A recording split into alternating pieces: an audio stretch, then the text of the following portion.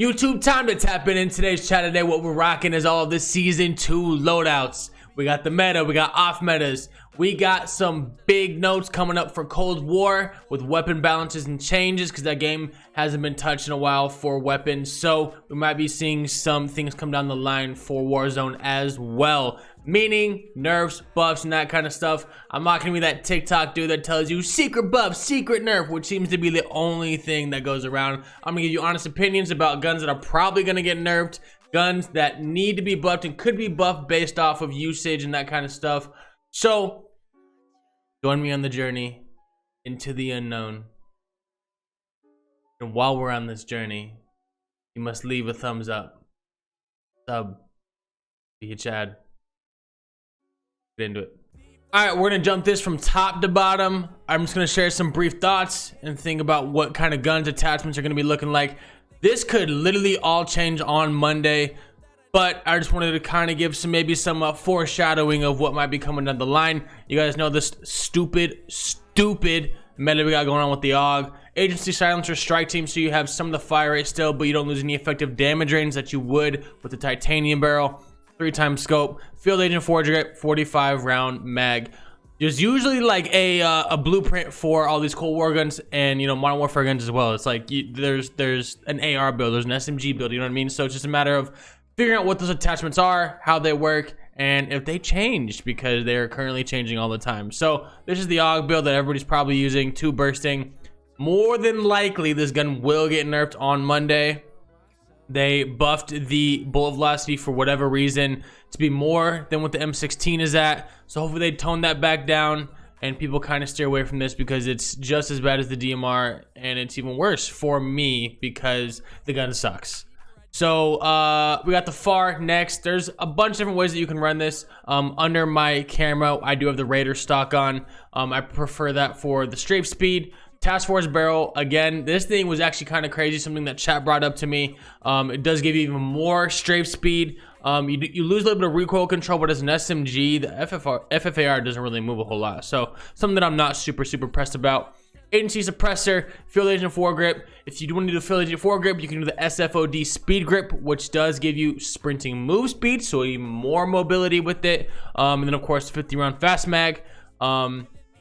This gun again will also probably get nerfed. It needs to be nerfed. I don't know in which direction, whether it's going to be damage, you know, whatever it may be. But pretty much making all SMGs obsolete is an issue in the game itself. If people are just not even using submachine guns and just rocking double ARs, that's an issue. And I think that's something that needs to be addressed. And there will be another AR that I will show you after I show that on these loadouts that will probably be just as good. If not a little bit better. So that's the meta, super meta. Not my favorite. Actually hate it. So y'all saw I did a tournament, 2 tournaments this past 2 weeks, and the DMR is still my baby. And there's one attachment that is broken. Seems like on all different types of classes, whether it be ARs and TAC rifles specifically. I haven't tested on SMGs because SMGs you don't really need a lot of recoil control, but for these TAC rifles and as well as ARs, you're trying to get as much recoil control as possible. Obviously that's the move. So we got the agency silencer titanium barrel. If you don't want to do titanium, you can absolutely do the match grade or the task force, just to get the effective damage range. But I went for the fire rate because I can't beam this thing as long as I once could as it is. So 3x scope as well. Field agent 4 grip. The caveat is the field tape. J-God and Pony both found that the field tape literally helps the recoil control. I did tests on multiple guns and multiple different weapon classes, and the field tape seems to be the move for any sort of recoil control to help keep that gun down. So I run this on pretty much all of my Cold War ARs. If it's something that is super recoil costly. So field tape on the DMR now, things a beam, and definitely helps a lot with recoil. Ffar, same exact way. SFOD is on this one, haven't changed this one. Kind of a preference thing, but Ffar is on that one as well. Bruin, I had this on my last setup as well. Loadout video. You guys know the vibes. Either you rock the commando foregrip or you're gonna rock the tack laser, longest barrel, mono, 3 times or a hollow, 60 round detachable mag. So mag 10, I hope this thing makes a little bit of a comeback. It's still gonna be one of the best MGs in the game just because of the rate of fire and the mobility that it offers. But they did significantly nerf the headshot multiplier, meaning the more damage you do onto the head, right? Plain and simple. Bullfrog we've seen kind of coming up the ranks a little bit. And that is due to the big damage multiplier you get for the Bullfrog. So if you hit 1 bullet to the head and you guys are firing at the exact same time in Max 10 versus the Bullfrog, if you get hit with the headshot and they have the Bullfrog, you're gonna lose the fight. It has a faster TTK, but they have to hit the head because the rate of fire on the appendages and the torso with the Mac is just faster because there's more bullets coming out. So agency suppressor, cavalry lancer on this. I've seen the reinforced heavy as well. Kind of comes down to if you're running this as a sniper support or like a true SMG. I've kind of figured out and made it make sense in my head that strictly bullet velocity is going to give you just more range because it's faster. The bullets going out of the gun. Effective damage range is going to just give you that further damage fall off, right? So cavalry lancer just gives you the bigger damage range, and I don't really need the bullet velocity because I'm just using this as a true SMG. So raider stock, 53 round drum, SFOD speed grip. We'll see what happens with the Ffar and see if SMGs are even worth running. I do still have the RAM. I've seen the RAM as a sniper backup. I've seen it as an AR. This thing is still a beast. My loadout really hasn't changed a whole lot from the last video that I posted at season 1, other than the DMR and the AUG really changing spots, and that's about it. I did have the AUG as a gun to watch. I remember it was like that, like kind of like that, a gun that could be, and I was like posting about it before it came out, but I digress. AMAX, you guys know what it is. 3 times Zodiac mono. Commando grip, 45 round mag. This thing hits super hard, man, and on 120 FOV on my PC players there's way less visual bounce with this thing. Recoil is still the same, but it's way easier to control. So kind of take that with how it is. The AMAX is a little bit harder to control, but with the faster TTK, it all comes down to skill, and that's how it should be in this game. Running with the Ffar again. Keep showing the Ffar on everything because that's just how I have it on everything.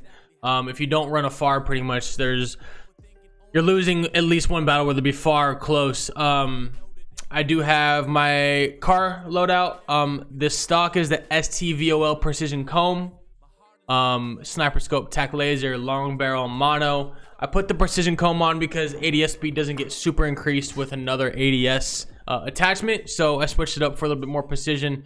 Try to help with some of those headshots running again with the Ffar.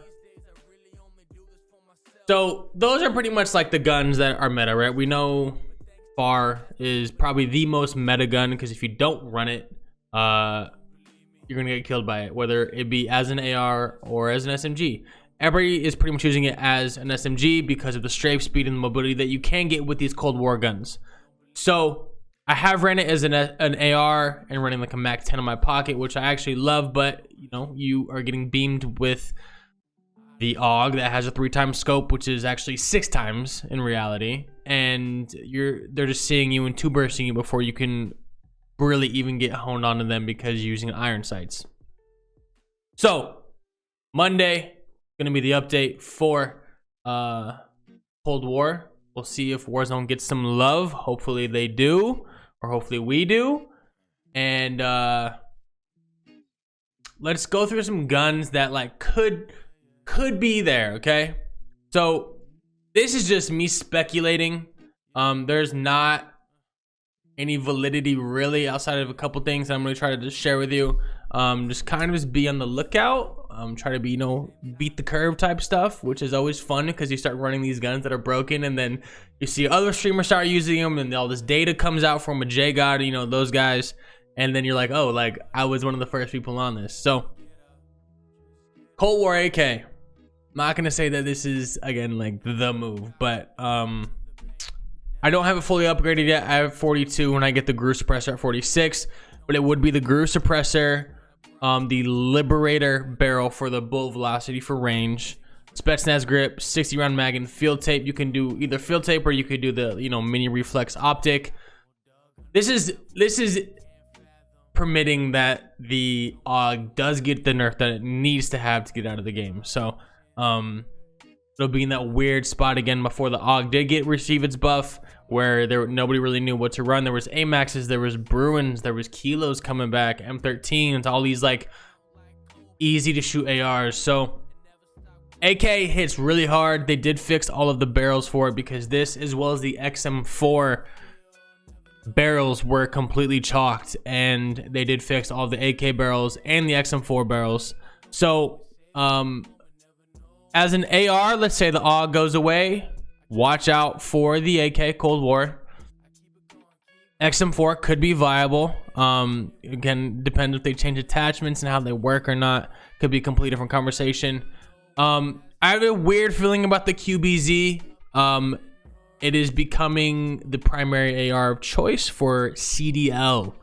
That does not mean anything for Warzone really, but if they want to kind of drive a gun in a certain direction, because more people are using it, more people are enjoying it, they might give a buff. Now, since Cold War got integrated, all of these terrible guns that just don't have the time to kill to even be usable, viable, the QBZ is one of those guns that maybe get a buff along with the Krig. Low recoil guns, low TTK or high TTK, and we'll see what happens. It's just kind of like a gut feeling type of thing. We'll see what happens with those. I could be hopeful, but really, who knows? So what I mentioned in the beginning of the video is the Ffar will probably get a nerf with the AUG. At least you hope. And we might get an SMG meta back, but we also may not. So this is the Groza, and this was my pick for the meta when Cold War first got integrated. It was the gun that came out with the battle pass. It's been flying under the radar because of its weird recoil pattern, but you guys have seen me use it on stream a few times, and this thing hits really, really hard. It's really, really competitive with the Ffar. It's just the recoil is a little bit more tough, and the iron sights aren't as great. So GRU suppressor, VDV reinforced. If you're going to be running it as an SMG, you can do the GRU composite. If you were doing it as an AR, Spetsnaz speed grip, mag, and the field tape. Same thing as the AK.